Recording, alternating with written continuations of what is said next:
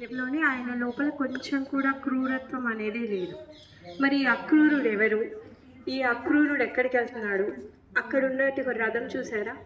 ఆ రథం దేనికి ప్రతీక అవి చెప్పుకుందాం. ఏంటి అంటే మనకి తెలుసు, కృష్ణుడిని చంపడం కోసము కంసుడు ఎంతోమంది అసురులని నందబాబాయ్ ఇంటి దగ్గరికి పంపించారు. ఆయన ఆడుకునే స్థలాలకి, ప్రతి చోటకి రోజు పొద్దున మధ్యాహ్నం ప్రతి పూట ఒక అసురులు వస్తూ ఉండేవాళ్ళు. ఆయనని సంహరించడానికి ట్రై చేస్తూ ఉండేవాళ్ళు. ఎప్పటికప్పుడు విఫలమయ్యేవాళ్ళు, ఎందుకంటే అందరు అసురులు కూడా కృష్ణుడి యొక్క చేతిలో సంహరింపబడ్డారు. అయిపోయింది. ఇలా 10 సంవత్సరాలు గడిచాయి. పుట్టిన 6వ రోజు నుంచి పూతన మేడంతో స్టార్ట్ అయింది అసురులు రావడం. అందరూ వస్తున్నారు. అయిపోయిన తర్వాత ఒక రోజంట నారద మహర్షి అక్రూరుడి యొక్క సభలోకి వెళ్ళారనమాట. వెళ్ళి చెప్తున్నారనమాట, ఏంటి అంటే, నీకు తెలుసా నందబాబా వాళ్ళ ఇంట్లో ఉంది మీ సొంత చెల్లెలు దేవకి యొక్క కొడుకే అనేసి చెప్తాడనమాట. చెప్పేసరికి కంసుడికి భయం వేస్తుంది, ఇంకా ఉద్రేకం బాగా పెరిగిపోతుంది.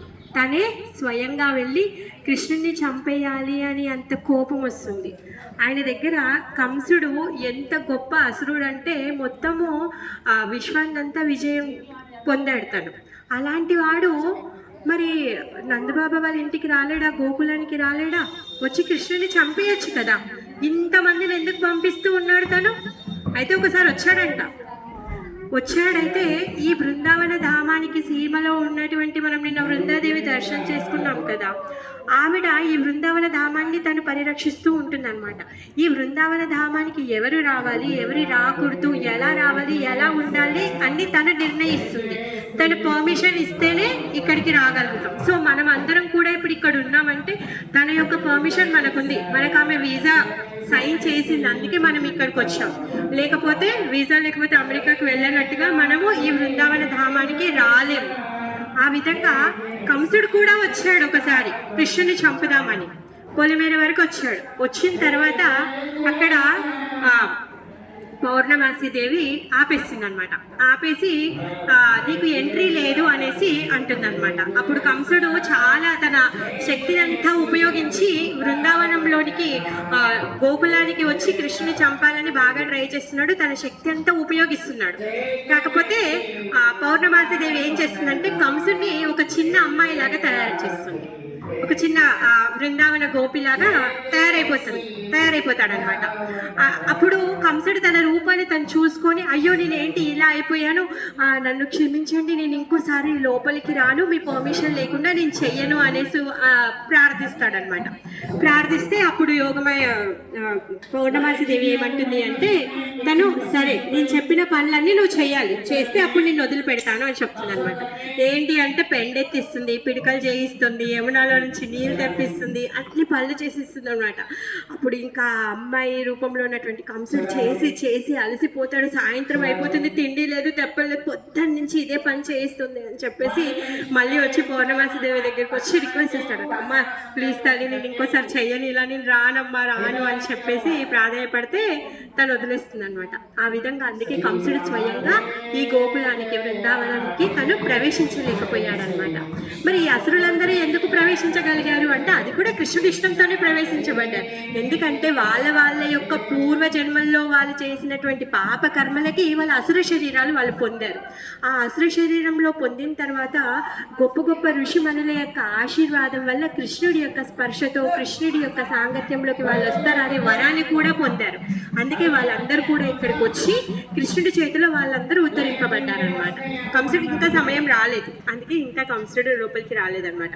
సో ఆ విధంగా కంసుడు తను స్వయంగా ప్రవేశించలేడు కాబట్టి నారదుడు ఇచ్చినటువంటి మెసేజ్ని విన్న తర్వాత ఎవరైతే ఈ పనిని సక్రమంగా చేయగలుగుతారు అని చెప్పేసి ఆలోచించి ఆచితూచి అక్రూరుడు వాళ్ళని ఈ పనికి నియోగించారనమాట. ఏంటి అంటే, మరి ఇప్పుడు నువ్వు వెళ్ళు గోకులానికి వెళ్ళి కృష్ణ బలరాములు ఇద్దరిని తీసుకొని రా అంటే ఎవరైనా పంపిస్తారా?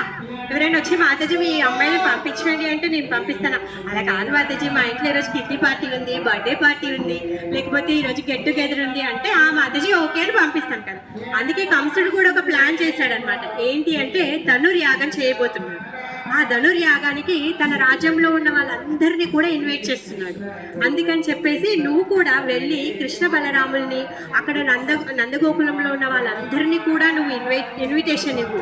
ఈ విధంగా ధనుర్యాగం చేస్తున్నాము, మీ అందరికీ కూడా ఇన్విటేషన్ వచ్చింది.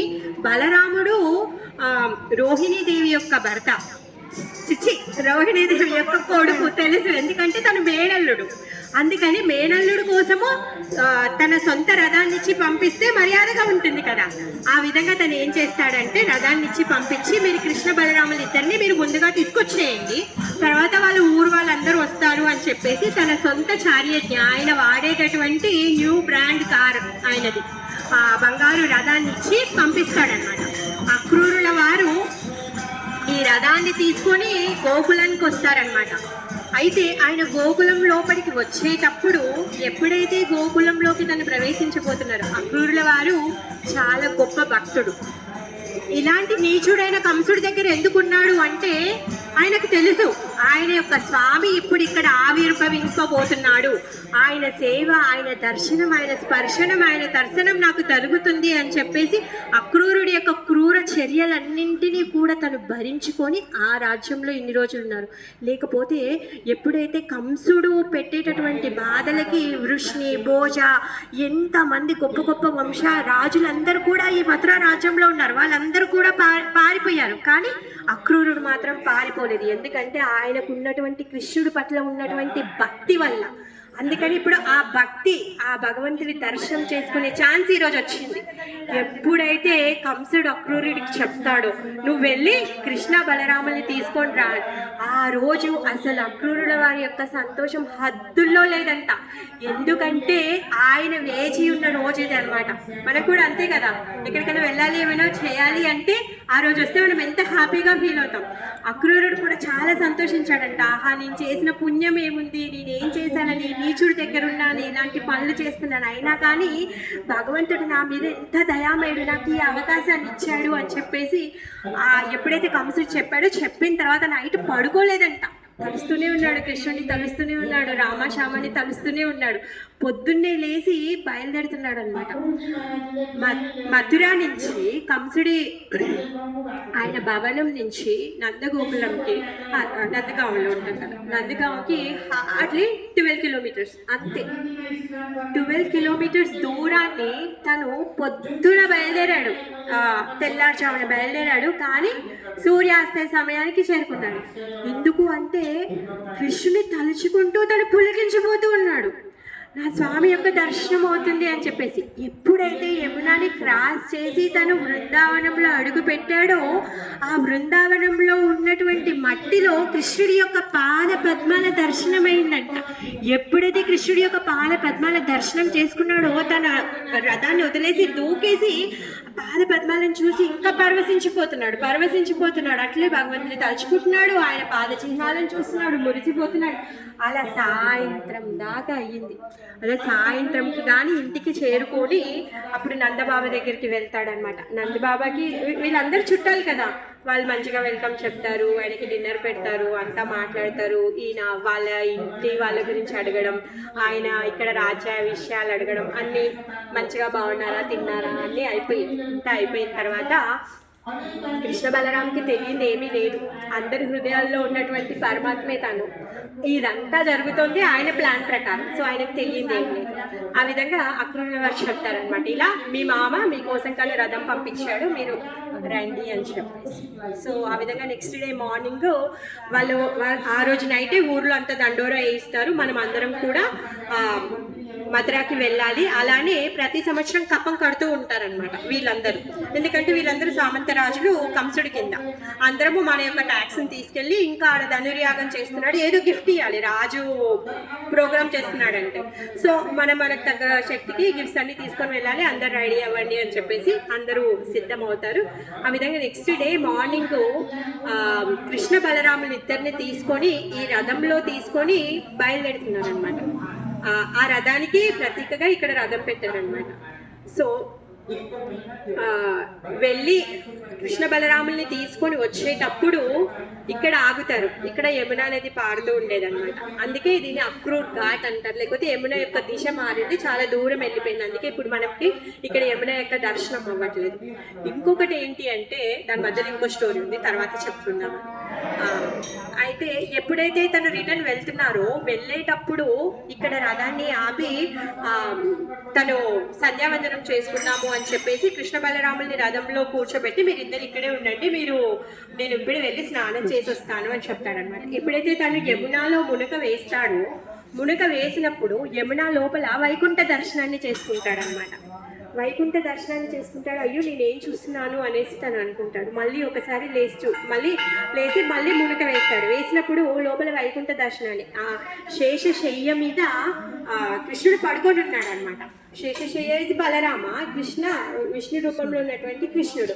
కానీ అదేంటి ఇప్పుడు నేను వాళ్ళిద్దరిని రథంలో కూర్చోబెట్టి వచ్చాను, వీళ్ళిద్దరు ఇలా నీళ్ళ లోపల ఎలా ఉన్నారు? విన్నాను కృష్ణుడి గురించి, అల్లరి పిల్లోడని. కాకపోతే అప్పుడే అక్కడి నుంచి వచ్చి ఇక్కడ ఇంత అల్లరి చేస్తున్నాడా అనేసి అక్రూరుడు అనుకుంటాడనమాట.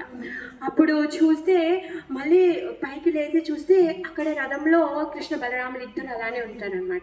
చూసిన తర్వాత మళ్ళీ మునక వేసి తను వైకుంఠ దర్శనాన్ని చేసుకుంటారనమాట. ఆ విధంగా కృష్ణుడు ఇంకా బలరాముడి యొక్క దర్శనం చేసుకుంటారు ఈ అక్రూర ఘాట్లో. తర్వాత బయటకు వచ్చిన తర్వాత కృష్ణుడు అంటాడనమాట, ఏమైంది చాచా, ఎందుకు ఇలా ఉన్నావు అనేసి. అంటే ఇంకా మురిసిపోతూ ఉంటాడు. అంటే నేను కోరుకున్నటువంటి నా స్వామి యొక్క దర్శనం నాకు అయ్యింది అని చెప్పేసి తను మురిసిపోతూ తనని ప్రార్థిస్తాడనమాట. అక్రూరుడు చేసిన ప్రార్థనలు కూడా చాలా పెద్దగా ఉన్నాయి. సో అక్రూర్ ఘాట్కి మనం ఇప్పుడు వచ్చాము.